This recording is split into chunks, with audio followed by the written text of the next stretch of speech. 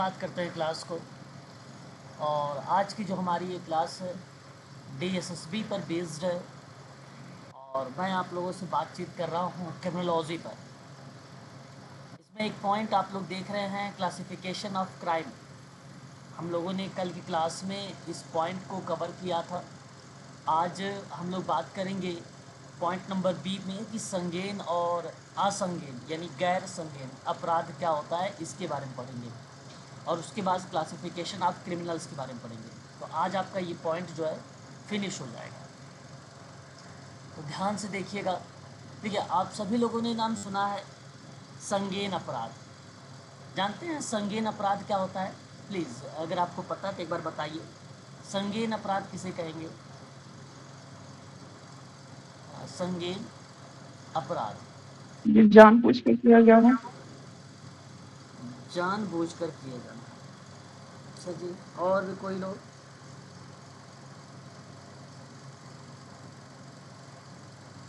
देखिए, संगीन अपराध बेसिकली एक प्रकार से अगर माना जाए तो एक गंभीर अपराध में शामिल होता है ना। पुलिस को बिना वारंट के गिरफ्तार करने का अधिकार होता है संगीन अपराध में, है ना, पुलिस को। और संगीन अपराध का एग्जाम्पल सबसे पहली बात याद रखिएगा, इसमें एक हत्या शामिल कर दिया गया है, बलात्कार भी शामिल है इसमें अपहरण भी शामिल है ना। तो क्या कहता है कि यह गंभीर प्रकृति का है, यह संगीन अपराध, है ना। और पुलिस को बिना वारंट के गिरफ्तार करने का अधिकार है संगीन अपराध में। उसके बाद जांच या गिरफ्तारी के लिए अदालत की अनुमति की, यहाँ पर जैसे जांच है या गिरफ्तारी करना है ना, गिरफ्तारी के लिए अदालत की अनुमति की आवश्यकता नहीं होती है कि अदालत की आवश्यकता हो तब जाके आप गिरफ्तार करें या जांच करें, क्योंकि ये संगीन अपराध है ना। ये संगीन अपराध है। जांच में पुलिस की पर्याप्त इसमें भागीदारी होती है और बिना किसी वारंट के भी यहाँ पर वो गिरफ्तार कर लिया जाता है। ठीक है, आगे अगर हम बात करते हैं तो जनरली ये संगीन अपराध ना गैर जमानती अपराध है और जमानत के लिए न्यायिक निर्णय की आवश्यकता होती है ना। तो गैर जमानती अपराध, जमानत के लिए न्यायिक निर्णय की आवश्यकता होती है इस अपराध में, न्यायिक निर्णय। ठीक है, एक तो ये आपको ध्यान रखना होगा संगीन अपराध के अंतर्गत, है ना। तो आप ये बात साफ शब्दों में कह सकते हो कि संगीन अपराध गंभीर अपराध है जिसे पुलिस द्वारा बिना वारंट के पंजीकृत और जांचा जा सकता है। यह अपराध आमतौर पर गंभीर प्रकृति के होते हैं जिसमें हत्या, बलात्कार, अपहरण और डकैती जैसे अपराध भी शामिल है संगीन अपराध में। ठीक है, संगीन अपराध बेसिकली पुलिस की पर्याप्त भागीदारी के कारण व्यापक और गहन जांच की सुविधा भी मिलती है इसमें, है ना। संगीन अपराध में बिना किसी अनावश्यक देरी के महत्वपूर्ण साक्ष्य हो गया। ठीक है, साक्ष्य यानी सबूत जिसे आप कहते हैं, और गवाहों के बयान एकत्र करने की सुविधा भी मिलती है इस संगीन अपराध में, है ना। आपराधिक न्याय प्रणाली में जनता का विश्वास और भरोसा बनाने में मदद करता है ये संगीन अपराध में। ठीक है, आपराधिक न्याय प्रणाली में, आपराधिक न्याय प्रणाली में ये आप ध्यान रखेंगे, न्याय प्रणाली। ठीक है, न्याय प्रणाली में जनता का विश्वास और भरोसा बनाने में मदद करता है ये संगीन अपराध। उसके बाद आपके सामने आता है असंगीन अपराध। असंगीन अपराध का मतलब क्या है, बता सकते हैं? असंगीन अपराध क्या हो सकता है? प्लीज़ बताइए अगर पता है तो। असंगीन अपराध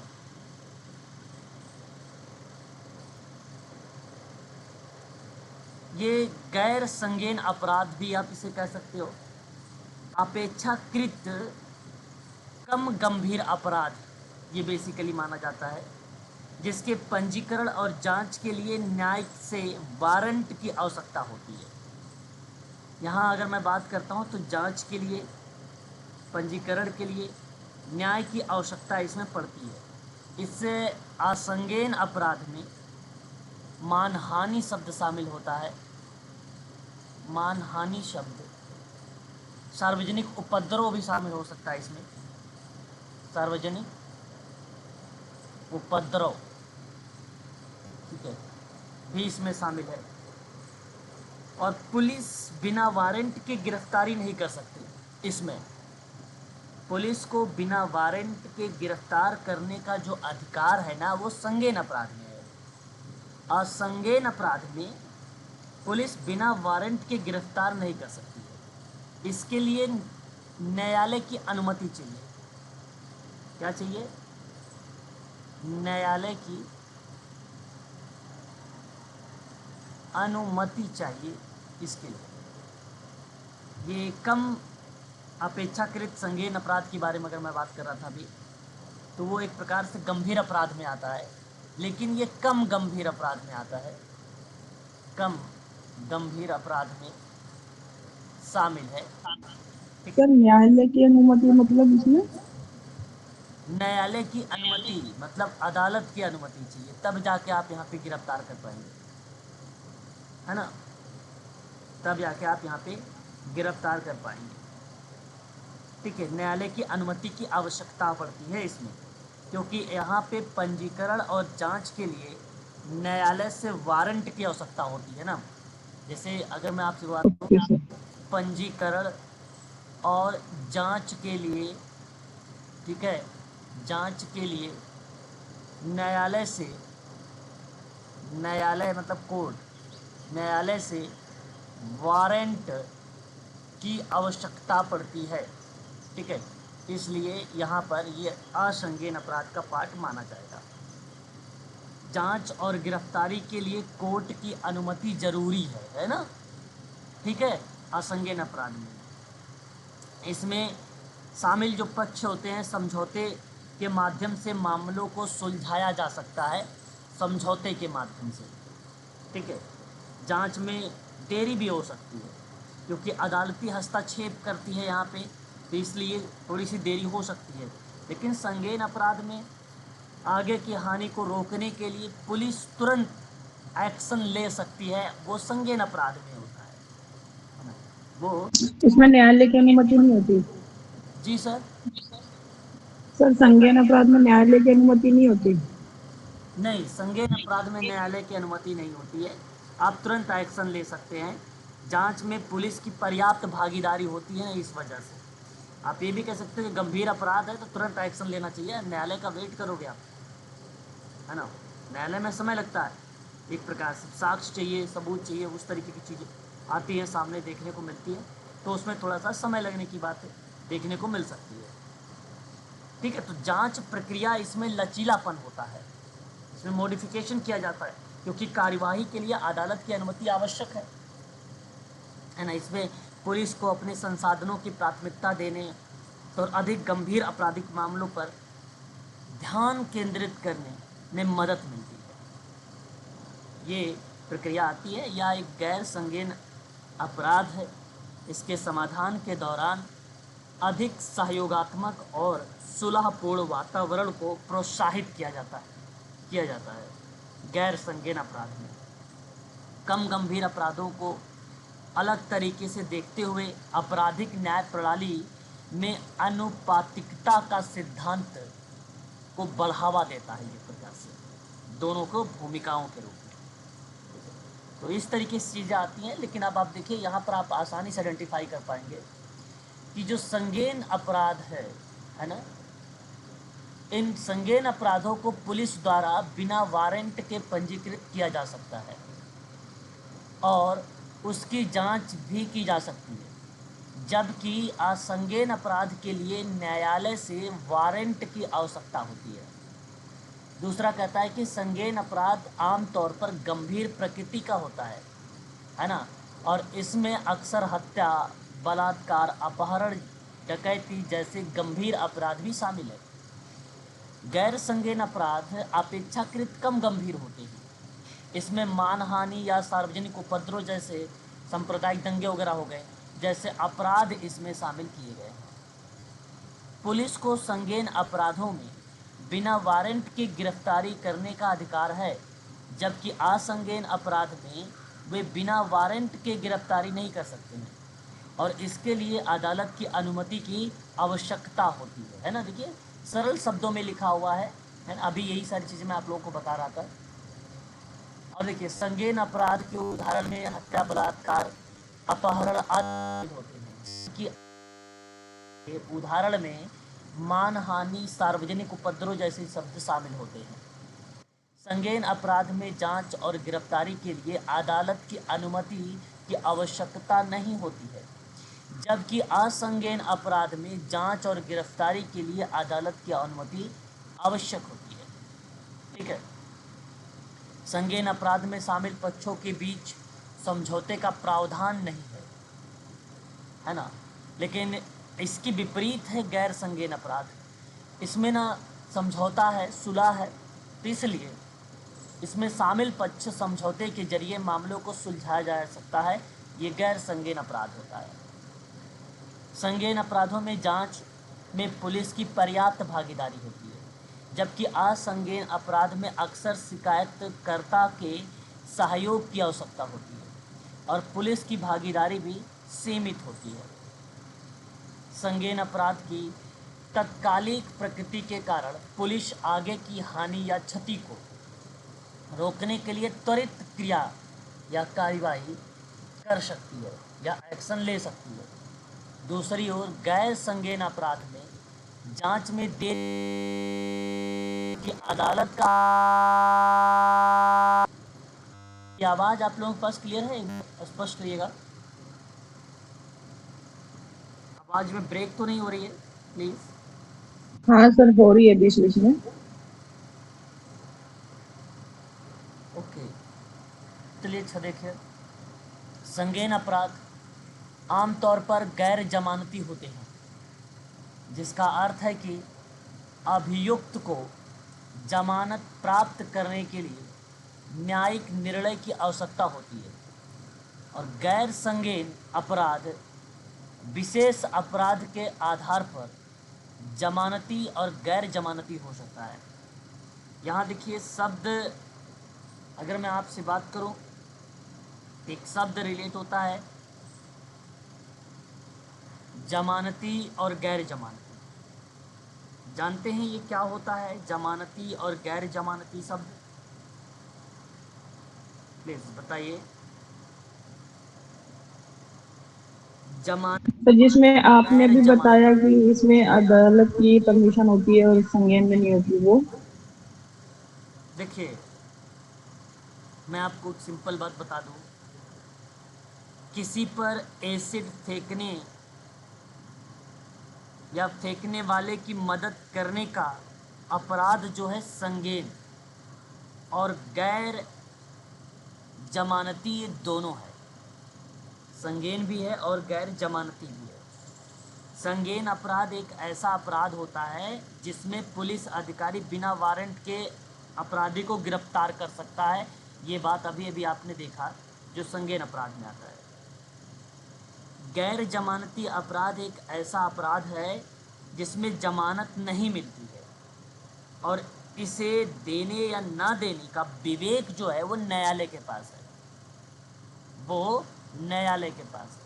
तो उस प्रक्रिया में गैर जमानती का शब्द आता है ना।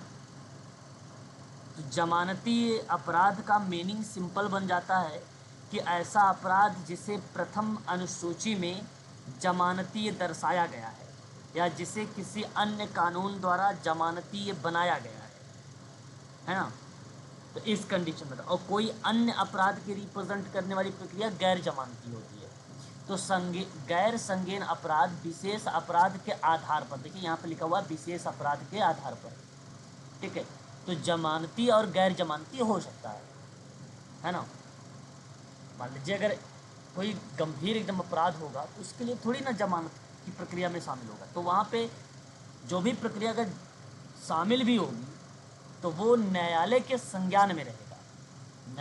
न्यायालय जो है बेसिकली डिसाइड करेगा कि भी इसको देना चाहिए नहीं, पैरोल वगैरह, परीक्षा वगैरह, या जो भी प्रोसेस बनेगा तो वहाँ पर मंडल और जमानत की एक भूमिका बनेगी। संगीन अपराध में जांच के उद्देश्य से आरोपी को पुलिस हिरासत में भेजा जा सकता है। गैर संगीन अपराध में आरोपी को पुलिस हिरासत में नहीं भेजा जा सकता और हिरासत के मामलों में अदालत द्वारा इसे निपटाया जाता है। ठीक है, तो जाहिर सी बात है ये अदालत की भूमिका बनती है। मैंने अभी बताया आपको न्यायालय, है ना। ये आपका पार्ट जो है उसके अंतर्गत शामिल हो जाता है। ठीक है, जिसे हम लोग बोलते हैं जमानती और गैर जमानती, सॉरी, संज्ञेय और असंज्ञेय अपराध का नाम रिप्रजेंट करते हैं। ये बात आप जरूर ध्यान रखिएगा। संज्ञेय और असंज्ञेय दोनों अपराध आपराधिक न्याय प्रणाली के अधिकार क्षेत्र में आते हैं, ये बात शामिल करिए। दोनों बेसिकली आते हैं। संज्ञेय और असंज्ञेय अपराध की मैं बात अगर करता हूँ तो ये दोनों अपराध किसके अंतर्गत आते हैं? कॉमन शब्द है ये, आपराधिक न्याय प्रणाली के अंतर्गत आते हैं। ये बात आप ध्यान रखिएगा।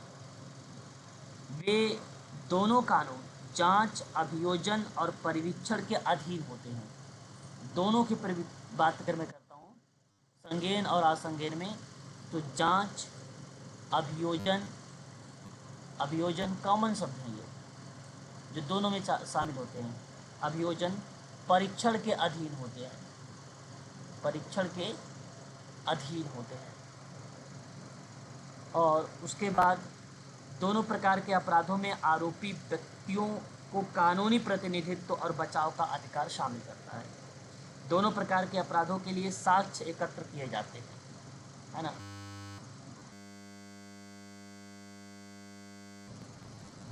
एकत्र किए जाते हैं। ये दोनों सर वॉइस नहीं आ रही। जी, मेरी आवाज़ नहीं जा रही है क्या आप लोगों के पास? प्लीज़ बताइएगा, आवाज़ क्लियर है? बीच में से बीच में अच्छा, बीच बीच में ब्रेक हो रही है मेरी आवाज़? हाँ जी सर। ओके, ठीक है, ठीक है। तो ये बेसिकली जो है एक प्रकार से अगर हमने बात किया, ये कॉमन शब्द थे जो जहाँ पे दोनों चीज़ों पर लागू होता है। ये बात आप जरूर ध्यान में रखेंगे। ठीक है, चलिए आगे बढ़ते हैं। अब यहाँ पर देखेंगे आप लोग क्लासिफिकेशंस ऑफ क्रिमिनल्स। शब्द देखिए आपके यूनिट नंबर 2 का लास्ट पॉइंट है ना। अब इसके अंतर्गत अगर मैं बात करता हूँ तो अपराधों का वर्गीकरण इसमें शामिल किया गया है ना। अपराधों का वर्गीकरण इसके अंतर्गत जो है शामिल किया गया है। इसमें ध्यान देने वाली चीज़ें आपको क्या है? जनरली अगर मैं बात करता हूँ तो 4 श्रेणियों में ये वर्गीकृत किया गया है अपराधों का क्लासिफिकेशन, है ना। क्लासिफिकेशंस ऑफ, कह सकते हो, क्रिमिनल्स, उनके अंतर्गत ये बेसिकली शामिल किया गया है। अब ध्यान देने वाली बात यह है कि गुंडागर्दी, दुष्कर्म, गुंडागर्दी, दुराचार और उल्लंघन, किसी प्रक्रिया में अगर ये चीज़ें संचालित होती हैं तो हम लोग इसे कहते हैं कि अपराधों का ये क्लासिफिकेशन है। एक प्रकार से उसका वर्गीकरण है, उनके आधार पे डिसाइड किया गया है ना। अब आपको ध्यान रखने होंगे कि इनमें कौन कौन सी चीज़ें बेसिकली शामिल हो सकती हैं। अक्सर आपराधिक इरादे के तत्व अपराध की ग्रेडिंग को प्रभावित करता है। उदाहरण के लिए, जैसे कोई मामला है और उस दौरान में बताया गया कि हत्या या अपराध के परिप्रेक्ष्य में हत्या अपनी प्रकृति में दुष्ट है और आम तौर पर मालूम या मालम प्रोहिबिटम अपराध से उच्च श्रेणीबद्ध होते हैं, जो विनियामक होते हैं, जैसे आयकर आयकर आयकर मतलब इनकम का भुगतान करने में विफलता। ये भी देखिए एक प्रकार की श्रेणी ही आती है ये बेसिकली ग्रेडिंग के आधार पर पता लगाया जाता है। अच्छा, ग्रेडिंग के आधार पे क्या होता है मैं आपको बता दूं कि अपराधों को कई तरीके से वर्गीकृत किया जा सकता है। ठीक है, मैं इधर समझाता हूँ, समझने का प्रयास करिएगा आप सभी लोग। यहाँ पे अपराधों को कई तरीकों से वर्गीकृत किया जा सकता है। अपराधों को विषय वस्तु के आधार पर कर सकते हैं आप, अपराधों को विषय वस्तु के आधार पर उसकी सामूहिकृत प्रक्रिया को संचालित कर सकते हैं। जैसे एग्जाम्पल के तौर पे अगर मैं बात करूं आपसे, तो हमला हो गया, इसमें मारपीट हो गई, या आप कह सकते हैं बला। आवाज मेरी क्लियर है? सर वॉइस ओके, ठीक है, हमला, नहीं सर, वॉइस रुक गई थी सर कुछ बलात्कार। सेकंड के लिए। ओके, देखिए, अपराधों को विषय वस्तु के अपराध पर भी सामूहिकृत किया जा सकता है। मैंने एग्जाम्पल के तौर पे आपको बताया है हमला, मारपीट और बलात्कार जैसे अपराध में ना किसी अन्य व्यक्ति के शरीर को चोट पहुंचाने की प्रवृत्ति होती है, इसीलिए इसे व्यक्ति के विरुद्ध अपराध के रूप में वर्गीकृत किया जा सकता है ना। यदि मान लीजिए कोई अपराध किसी व्यक्ति की उसकी संपत्ति से वंचित करके संपत्ति को नुकसान पहुंचाकर उसे चोट पहुंचाने की प्रवृत्ति रखते हैं, तो उसे कहा जाएगा संपत्ति के विरुद्ध का अपराध। मैंने अभी कहा कि जैसे हमला, मारपीट, बलात्कार जैसे अपराध हैं, तो ये किस प्रवृत्ति को क्लासिफिकेशन करता है? व्यक्ति के विरुद्ध के अपराध को, है ना, व्यक्ति के विरुद्ध अपराध, इसमें ये शामिल हो जाएगा। ठीक है, ध्यान देने वाली बात है ये। दूसरी बात, मैंने कहा आपसे कि यदि मान लीजिए कोई अपराध किसी व्यक्ति को उसकी संपत्ति से वंचित करके या संपत्ति को नुकसान पहुंचाकर उसे चोट पहुंचाने की प्रवृत्ति अगर रखता है, तो उसे क्या बोला जाएगा? उसे संपत्ति के विरुद्ध बोला जाएगा। उसे क्या बोला जाएगा? संपत्ति के विरुद्ध अधिकार बोला जाएगा। ठीक है, ये आपको दो बातें ध्यान में रखनी होगी इसके आधार पे। ठीक है, वर्गीकरण। तो आपराधिक कानून के अध्ययन के लिए यहाँ पर बताया गया कि अपराधों का वर्गीकरण, है ना, जब दंड की गंभीरता के अनुसार हो, जब, ध्यान से सुनिएगा, पॉइंट टू पॉइंट समझने का प्रयास करिएगा। दंड की गंभीरता के अनुसार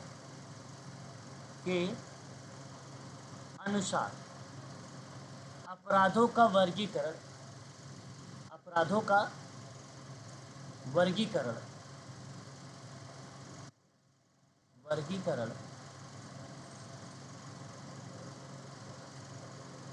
जिसे ग्रेडिंग कहा जाता है, जिसे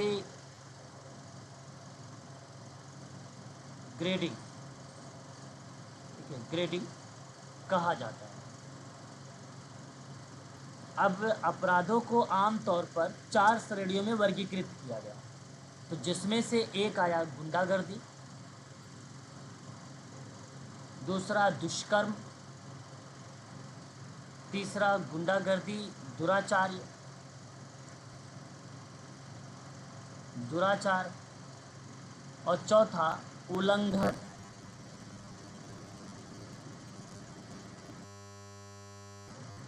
ये 4 टाइप जो है आपके सामने इसके अपराधों का वर्गीकरण देखने को मिलता है।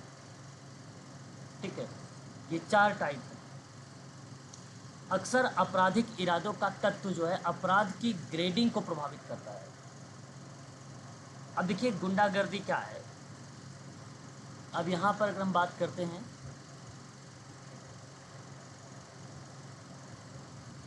देखिए स्क्रीन आपको दिखाई दे रहा है, प्लीज एक बार बताइएगा। हाँ जी सर। ओके, अब देखिए यहाँ पे गुंडागर्दी है।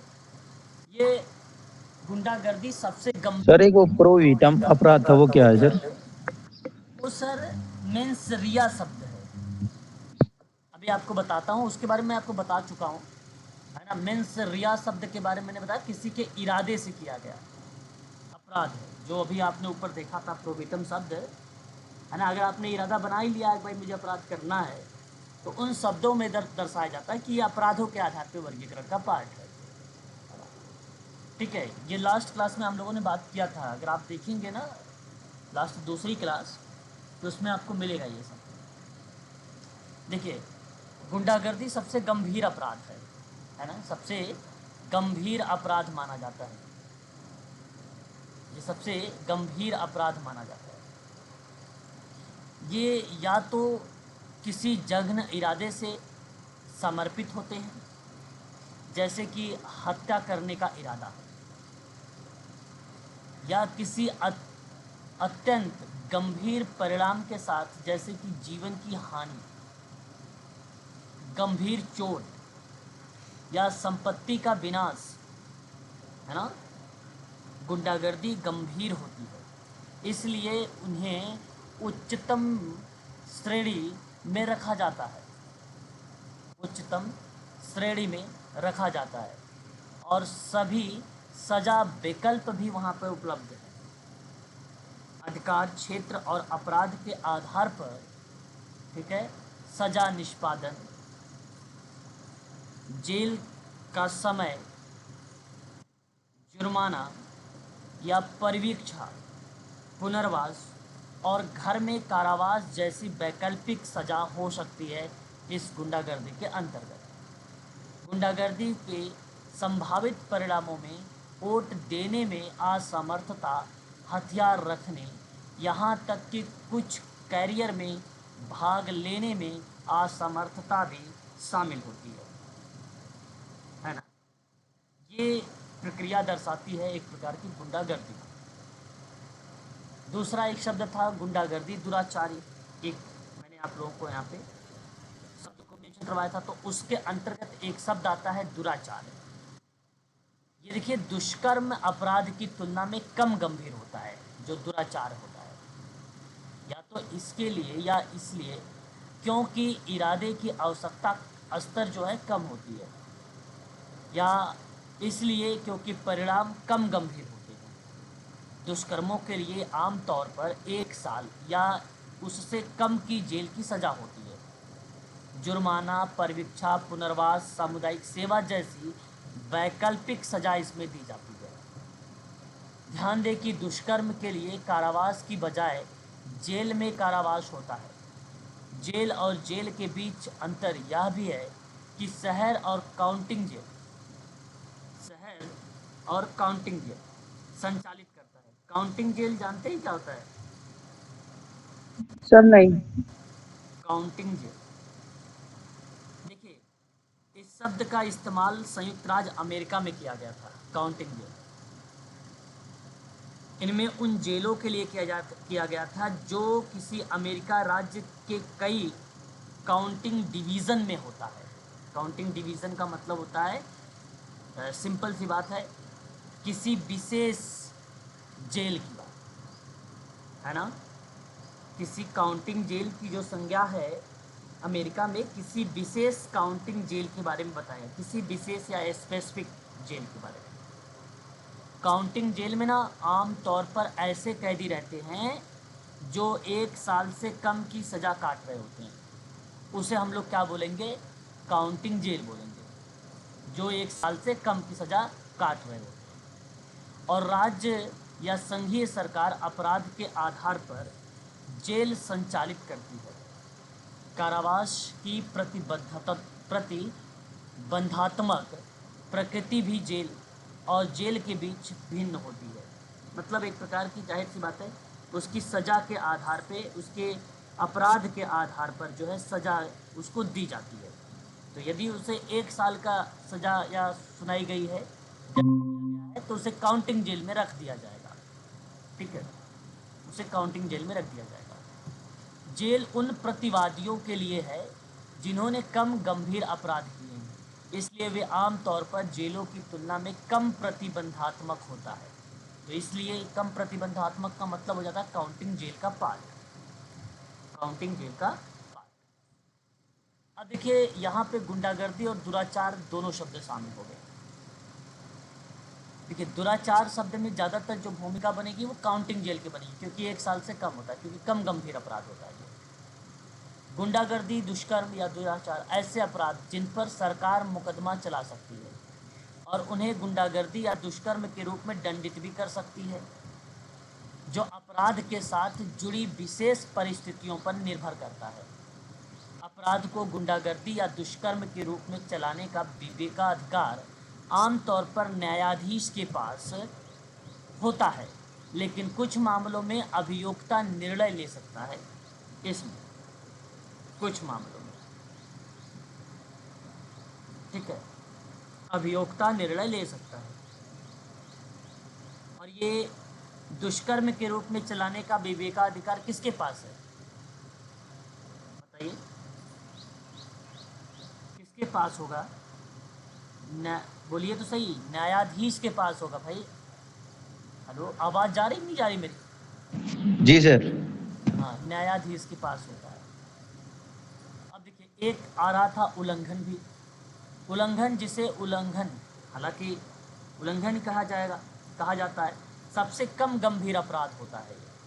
और इसमें वे जे वॉकिंग और मोटर वाहन अपराध शामिल होता है इसमें। देखो मोटर वाहन तो आप लोग जानते हैं, है ना? हाँ जी। लेकिन एक अपराध होता है जे वॉकिंग। वॉकिंग का मतलब होता है चलना वाले। जे वॉकिंग पैदल चलने वालों का सड़क पर चलना या सड़क पार करने का कार्य है। अगर वह कार्य यातायात नियमों को उल्लंघन करता है ना, आप गलत तरीके से चल रहे हैं, अगर वह कार्य यातायात के नियमों को उल्लंघन कर रहा है या उसका उल्लंघन कर रहा है, तो आप जे वॉकिंग के अंतर्गत आ जाएंगे। ये शब्द का अर्थ होता है एक नौसिखिया या एक रूप, है ना। उन संदर्भ में आप लोग देखते होंगे एक पिक्चर इस तरीके से बनाया जाता है और एक बच्चा, एक व्यक्ति जो है इसमें पैदल चलता है और उसके बाद उसे क्रॉस चिन्ह लगा दिया जाता है। बोर्ड वगैरह पे आपने देखा होगा, है ना। हाँ जी। तो इसका मतलब होता है कि सड़क पार करते समय सड़क पार ना करने का संकेत, मतलब यहाँ से सड़क पार्किंग नहीं है, पार नहीं कर सकते हैं आप, है ना। और यदि आप ऐसा करते हो तो आप, जाहिर सी बात है, आपने यातायात के जो रूल हैं या जो कानून का नियम है उसका आपने क्या कर दिया, उल्लंघन कर दिया, है ना। तो उसे बोला जाता है जे वॉक, JAY और WALK, जे वॉक कहा जाता है, ठीक है। और मोटर वाहन अपराध जैसे छोटे अपराध इसमें शामिल होते हैं, जिसके परिणाम स्वरूप एक साधारण ट्रैफिक टिकट भी होता है। उल्लंघन आमतौर पर जुर्माना या ट्रैफिक स्कूल जैसे वैकल्पिक सजा द्वारा दंडित या दंडनीय हो सकता है ना। तो यहाँ पर जो सिंपल बात है, अगर आपने किसी का उल्लंघन किया है तो उस प्रक्रिया में जे वॉकिंग शब्द शामिल हो जाएगा। ये भी शब्द ना एक प्रकार के बताऊं, पैदल चलने वाले को जो जे वॉकिंग या अवैध रूप से सड़क का पार करने के लिए परेशानी हो सकती है, तो उस कंडीशन में ये USA के द्वारा दिया गया है शब्द जे वॉकिंग का, है ना। जब कोई पैदल यात्री ऐसी सड़क पार करता है जहां कोई निर्दिष्ट क्रॉसिंग वॉक या चिन्हित चौराहा नहीं होता है, तो उस कंडीशन में भी हम लोग जे वॉक शब्द शामिल करते हैं, ठीक है। यहाँ आप लोगों का जो ये मैंने करवाया है अपराधों का वर्गीकरण 4 टाइप का, इतनी बात आप लोगों को इसमें ध्यान में रखना होगा। यदि यहाँ पर कोई डाउट है तो आप बताइए, मैं आपको इस डाउट को क्लियर करता हूँ। अदरवाइज नहीं तो यूनिट नंबर 3 पर हम लोग बातचीत करेंगे।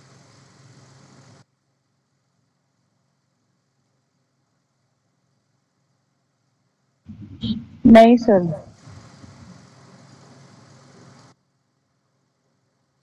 फिर ठीक है, फिर हम लोग बातचीत करते हैं। सिलेबस दिखाता हूँ मैं आपको।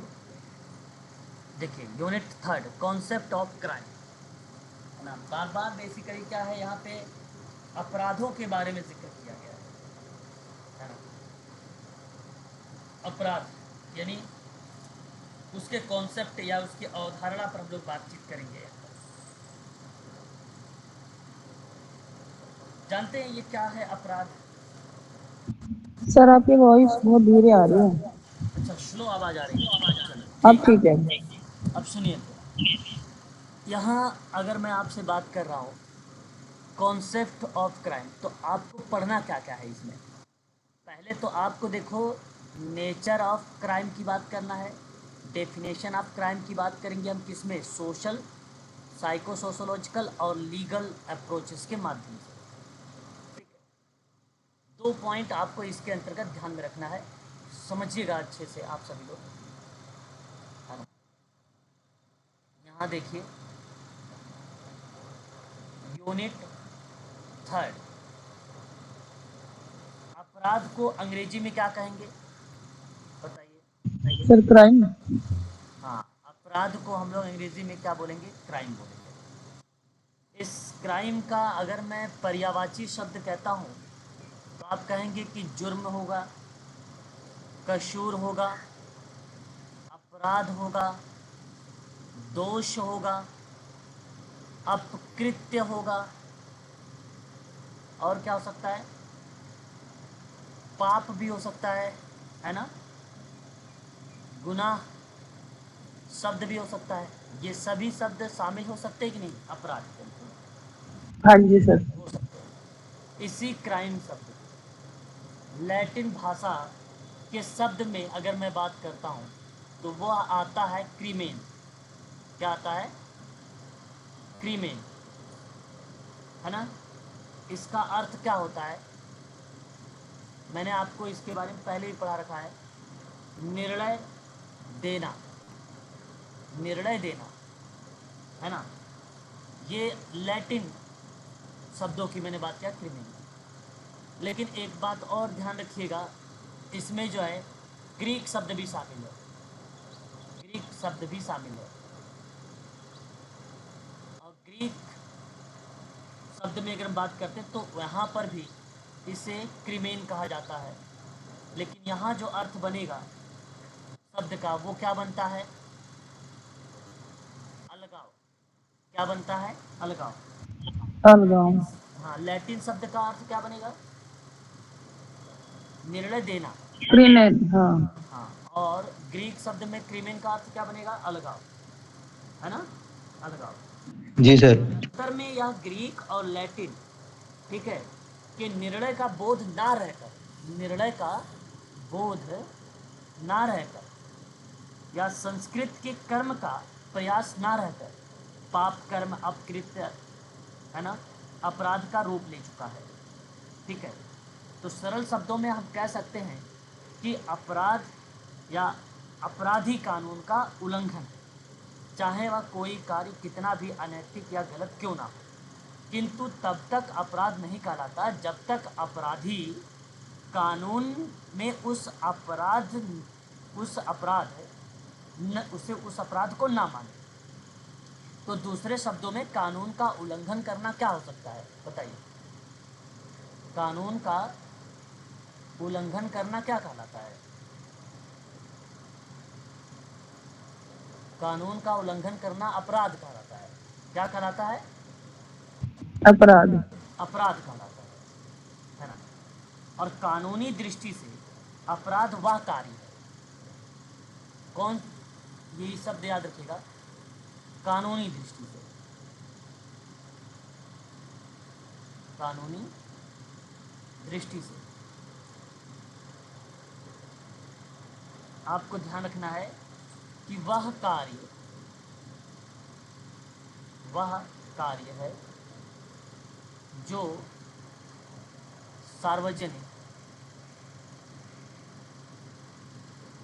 जो सार्वजनिक हित के लिए हानिकारक हानिकारक होता है। ठीक है, हानिकारक होता है। कानूनी दृष्टि से वह कार्य जो सार्वजनिक हित के लिए हानिकारक होता है। अपराध सामाजिक रूप में हमेशा हानिकारक होता है। इसलिए अपराध की अवहेलना करना दंडनीय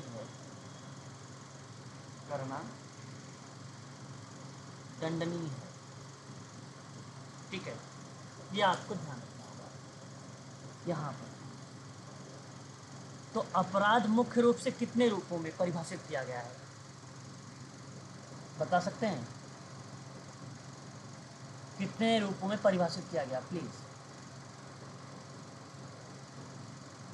सर 2। नहीं भाई, यहाँ देखो ना, 3 रूप में। एक तो सामाजिक, पहला, दूसरा साइको सोशोलॉजिकल, दूसरा हो गया, तीसरा लीगल अप्रोच, कानूनी दृष्टि से, सामाजिक दृष्टि से और सामाजिक कानूनी दृष्टि से, आप ऐसा भी कह सकते हो। ठीक है, जी सर। प्रक्रिया में बेसिकली यहाँ पे रिप्रेजेंट होता है। तो आप ध्यान से देखिएगा, अपराध को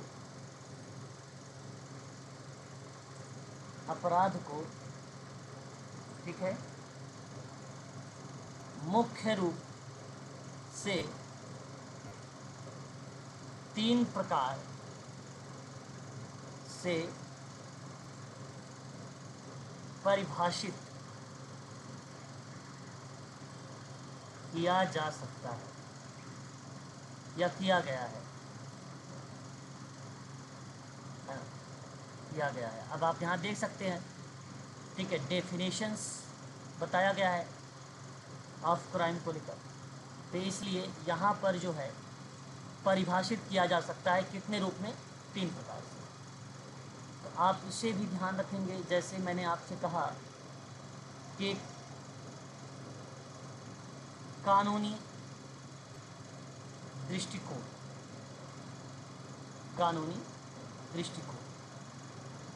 पहला, देखिए, कानूनी दृष्टिकोण के अंतर्गत अगर मैं आपसे बात करता हूँ तो कानूनी परिभाषा के अनुसार अपराध एक ऐसा कृत्य या व्यवहार है जो विधि संहिता का उल्लंघन करता है। किसका उल्लंघन करेगा बताइए? विधि संहिता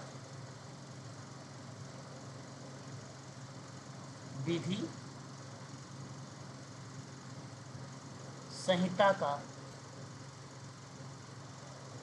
उल्लंघन है ना।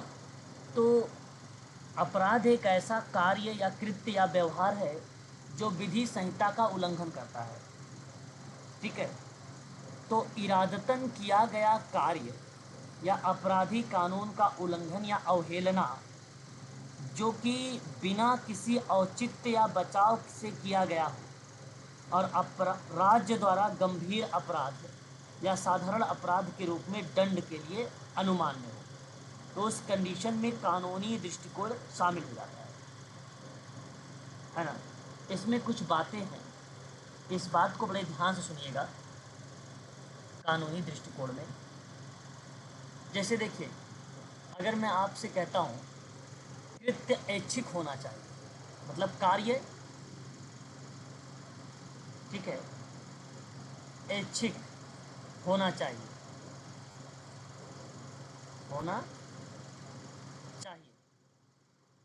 और तब किया जाना चाहिए जब कर्ता को अपने कार्यों पर पूरा नियंत्रण हो। जैसे एक एग्जांपल देता हूँ, एक व्यक्ति अपने घर पर जंजीर में बांधकर एक कुत्ता रखता है।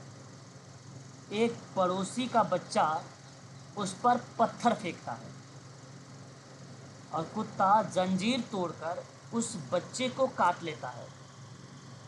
इस स्थिति में कुत्ते के मालिक पर अभियोग नहीं चल सकता।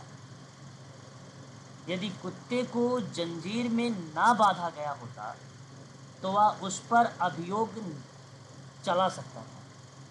यदि कुत्ता नहीं बंधा होता तब।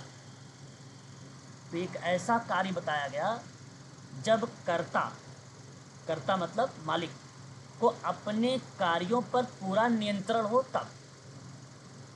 बस समझ में आई कि नहीं समझ में, बताइए। एक ऐच्छिक कार्य ये होना, मतलब कार्य का ऐच्छिक होना चाहिए। बात समझ पाए कि नहीं, फिर पूछिए, बताइए। हेलो।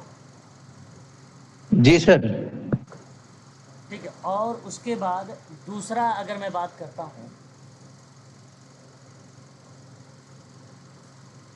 दूसरा तो कार्य इरादतन होना चाहिए, भले ही इरादा सामान्य हो या विशेष हो, है ना। भले इरादा सामान्य या विशेष हो। यदि कोई व्यक्ति किसी दूसरे व्यक्ति पर गोली चलाता है ना, यहाँ पर कृत्य कैसा हो रहा है, इरादतन हाँ सर। होना चाहिए। भले ही सर इरादतन और ऐच्छिक तो सेम सेम नहीं हुए? हाँ, इरादतन का मतलब होता है एक प्रकार से कोई कार्यों को लेकर आपने मन बना लिया है, वो इरादतन हो गया। और ऐच्छिक का मतलब होता है किसी क्रिया को रिप्रेजेंट करने के परिप्रेक्ष्य में, वो भी सकारात्मकता में, ऐच्छिक शब्द। इरादतन में नकारात्मक शब्द भी शामिल होता है।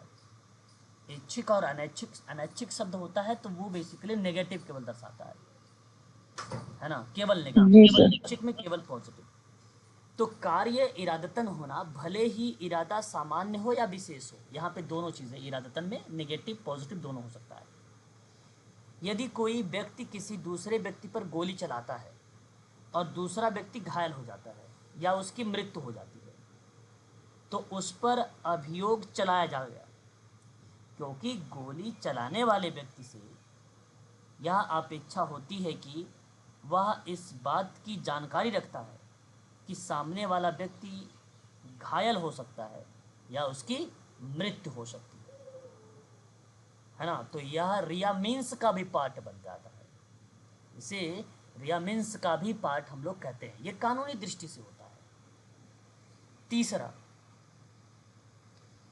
एक शब्द आता है कृत्य किसी वैधानिक कर्तव्यों की अवहेलना से संबंध में। कृत्य किसी वैधानिक कर्तव्य की अवहेलना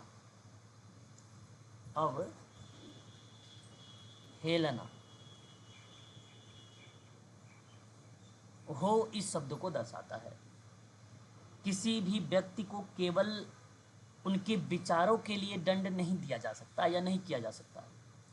कुछ मामलों में शब्द भी कृत्य यानी कार्य समझे जाते हैं, शब्द भी। जैसे देशद्रोह में या किसी व्यक्ति को अपराध करने के लिए सहायता करना या उकसाने में कानूनी कर्तव्य की अवहेलना करना, तो उस कंडीशन में इस वैधानिक कर्तव्य को शामिल किया गया। और इसी कानूनी दृष्टि से अगर मैं बात कर रहा हूँ तो विद्वानों के 3 वर्ग थे कानूनी दृष्टि में। अपराध की कानूनी दृष्टि में आप ध्यान रखेंगे यहाँ पे अपराध की कानूनी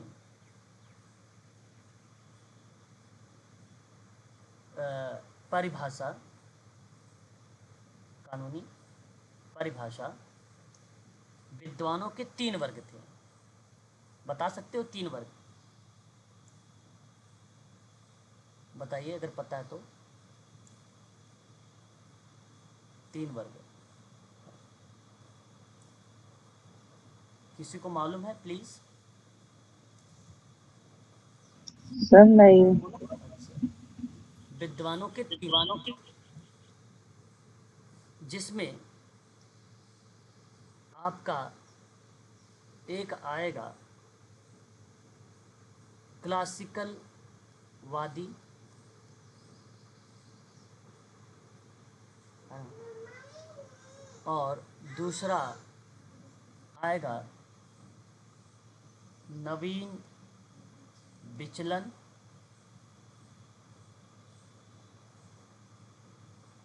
और तीसरा आएगा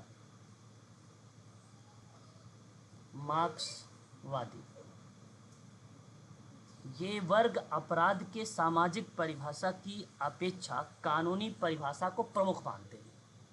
ये कानूनी परिभाषा को, अब इसमें क्या चीज़ें रिप्रेजेंट होती हैं? देखो, क्लासिकल वादी विद्वान जानते हैं कौन कौन से हैं? क्लासिकल वादी में आपका एक नाम याद रखना होगा, बैकरिया का नाम। इसके प्रेरणा थे 1764 में इन्होंने इस सिद्धांत को दिया था, है ना। अब ध्यान देने वाली बात यह है बैकरिया में कि इसने कहा कि क्लासिकलवादी अपराध वो व्यवहार मानता है जिसमें सामाजिक अनुबंधन का उल्लंघन होता है, जो राज्य के लिए नहीं बल्कि समाज के उन व्यक्तियों की व्यक्तिगत सुरक्षा और संपत्ति के लिए हानिकारक होता है, जिन्हें अनुबंध के आधार पर राज्य के अधिकार को स्थापित किया गया है। अतः सामाजिक अनुबंध सिद्धांतवादियों के अनुसार भ्रष्टाचार व्यापक हो सकता है। सामान्यतः इसे सामान्य मानकर उसकी अपेक्षा या उपेक्षा भी की जा सकती है। तो क्लासिकलवादी परिस्थितियों और प्रभावों पर नहीं बल्कि अपराधी के कार्य पर बल देता है, परिस्थिति पर नहीं, अपराधी के कार्य पर बल देता है कि अपराध है कैसा। वो क्लासिकल या क्लासिकवादी अपराध के अंतर्गत शामिल होता है। बहुत इंपॉर्टेंट है, इसको आप ध्यान रखेंगे। व्यक्ति की तार्किक प्रेरणा, सुख वाद और दुख सुख के सिद्धांत पर ये क्लासिकल सिद्धांत या क्लासिकलवादी जो विद्वान है उस पर बेस्ड है। दूसरा आता है आपका नवीन विचलन का सिद्धांत, या हावर्ड बेकर का है। इसमें एक नहीं कई विद्वानों के नाम आते हैं, है ना। इसमें कई विद्वान के नाम आते हैं, लेकिन हावर्ड बेकर इसमें मुख्य माने गए हैं। मैंने इस पे लिख दिया मार्क्सवादी में। हावर्ड बेकर,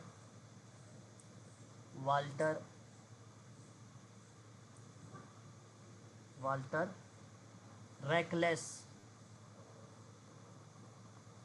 और रिचर्ड क्विन्ने, ये सब आता है ना। देखिए, हालांकि ये सामाजिक प्रक्रिया का सिद्धांत है, आपने पढ़ेंगे आप आगे। एक लेबलिंग का सिद्धांत आता है जो हावर्ड बेकर का है। एक प्रतिरोध का सिद्धांत आता है जो वाल्टर रैकलेस का है। एक नवीन विचलन का सिद्धांत आता है जो रिचर्ड क्विन्ने का है ना। हावर्ड बेकर ने लेबलिंग का सिद्धांत 1963 में दिया था। वाल्टर रैकलेस ने प्रतिरोध का सिद्धांत दिया था 1967 में, और रिचर्ड क्विन्ने ने नवीन विचलन का सिद्धांत दिया था 1972 में। ठीक है, ये बेसिकली नवीन विचलन के सिद्धांत को दर्शाए।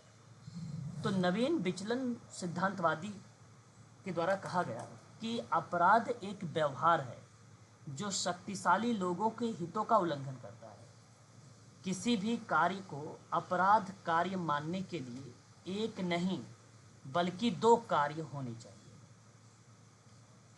एक व्यक्ति या समूह की विशेष तरीके से व्यवहार करता है और दूसरे भिन्न मूल्यों वाला कोई दूसरा समूह या व्यक्ति उस कार्य को विचलित मानता है, तो उन संबंध में नवीन विचलन सिद्धांतवादी विद्वान का नाम शामिल होता है।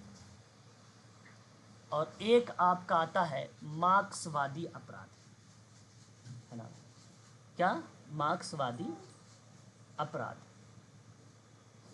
ये आपको ध्यान में रखना होगा, मार्क्सवादी अपराध को भी।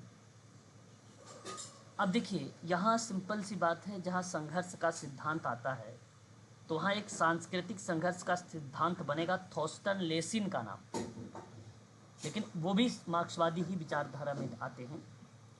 लेकिन मार्क्सवादी अपराध में कहा गया कानूनी परिभाषा को स्वीकार किया गया, कानूनी परिभाषा को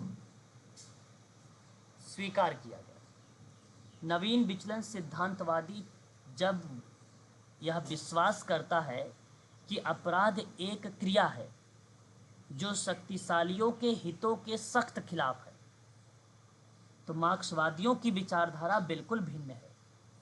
तो मार्क्सवादी मानते हैं कि कानून समाज में न केवल शासक वर्ग बल्कि श्रमिक वर्ग के हितों की रक्षा करना भी होता है। तो शासक वर्ग और श्रमिक या शासित वर्ग, इन दोनों की जब बात होने लगी तो वह बेसिकली मार्क्सवादी विचारधारा में होने लगी। तो मार्क्सवादी विचारधारा के अकॉर्डिंग भी कानूनी परिभाषा को बेसिकली स्वीकार किया गया। तो ये था अपराध की कानूनी परिभाषा, जिसके सिलेबस में आप लोगों ने देखा लीगल अप्रोचेस, है ना? लीगल अप्रोचेस, ठीक है। अब बात करते हैं सामाजिक यानी सोशल दृष्टिकोण से, ठीक है। सर, ये रिचर्ड करने का ईयर कौन सा कितना लिखा आपने? किसका? 1979। 1970। ओके। रिचर्ड क्विन्ने का नाम, क्विन्ने का, ठीक है। अब देखिए, एक आता है आपका ये था आपका बेसिकली कानूनी परिभाषा के आधार पर। एक आपका आता है यहाँ पे सामाजिक। चलिए आज के लिए बस इतना रखिए, मैं सोच रहा हूँ कल इसको शुरुआत करूँ, है ना? ठीक है, इसका कल शुरुआत करता हूँ।